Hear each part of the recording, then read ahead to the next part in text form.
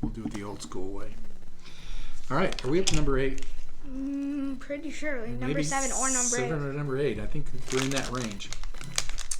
Do you remember what we were going to talk about today?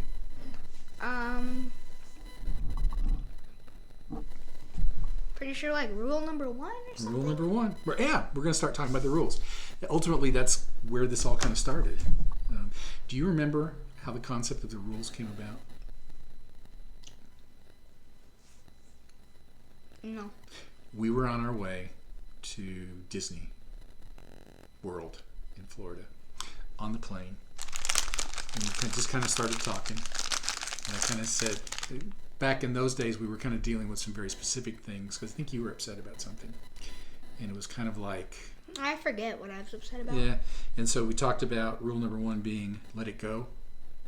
Or roll with it. And roll with it was number 2. So then I got started thinking about the rules and thought, oh, those are good rules, but they're not the most important rules. Those would be rules that we'll talk about. But yeah, it was interesting. That was kind of how the rules came about. Now, what are rules?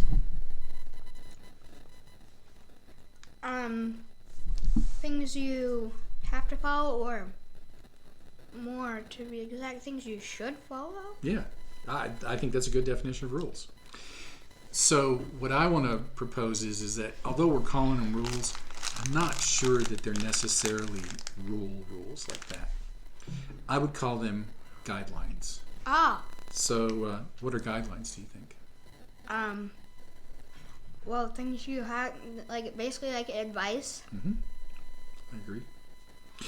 And I think, and I may be off base here, and I know that there will be people who would disagree with me, but actually I see rules as guidelines. That you follow them, yes, but that we have to be careful because the rules are there to guide our behavior, not dictate our behavior if we can avoid it. So these are not rules in that sense of hardcore, absolutely, positively must be this way. I think of these as guidelines. They direct but do not dictate to us.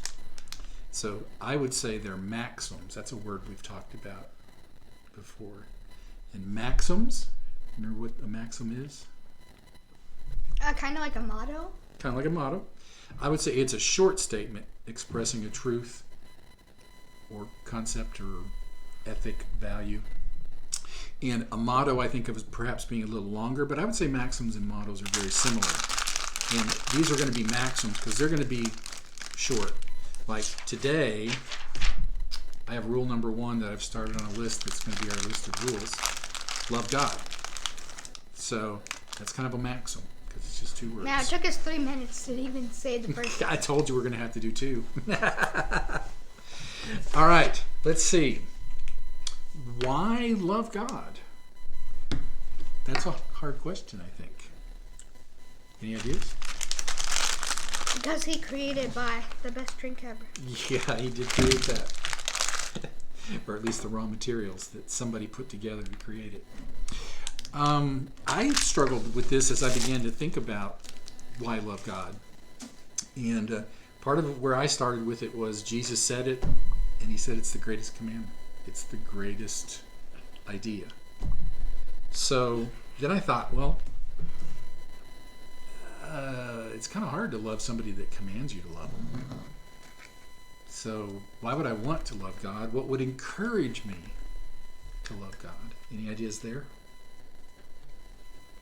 I think you said something earlier when we were talking that was really right on target. He made us? Yes. And then I was so impressed when I asked you that question, and that's what you said, because that's where I started. First, he created us. He made us like him. We're made in his image. We are like God. And it is so cool to think back about the story of Adam and Eve. What do you know about Adam and Eve? They didn't obey and they ate the fruit. Yeah. And before that even happened, do you know what God did in the evenings? He drank coffee? He might. But he also would come to the garden, and it says he would walk with Adam and Eve, which meant that they would have a relationship. They would talk. And how cool is that? That God desires a relationship with us. All right. So that was kind of the first place I started. Now, what time we got? 5:26. Let's pause.